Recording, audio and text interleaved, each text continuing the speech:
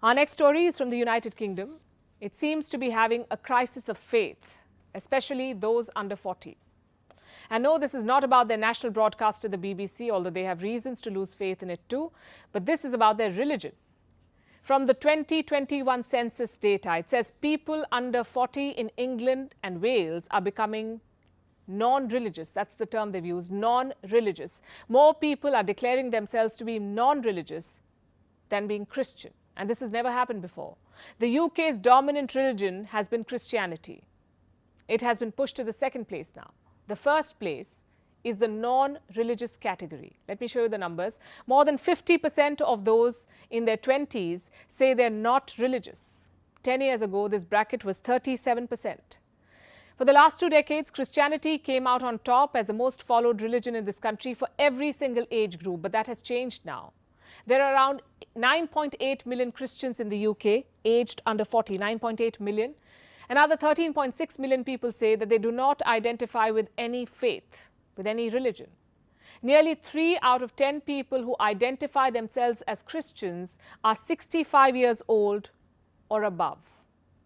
The age of the faithful is even higher in Wales. Researchers say that even those ticking the Christian box are not always the practicing ones, and some don't even espouse fundamental beliefs. Like Jesus, the Son of God, was a real person who died and came back to life.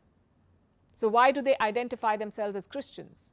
Because they were Christianed, or because their parents are Christians, or because they went to a Christian school.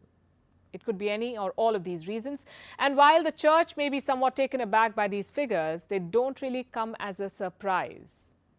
The message from these numbers is quite clear. Britain can no longer be called a majority Christian country. This is thanks to the rise of the non-religious group. And that's in stark contrast to a country like India. 97% of Indians say they believe in God. And around 80% of people in most religious groups in India say that they are absolutely certain that God exists. Ours is a country that practices multiple faiths.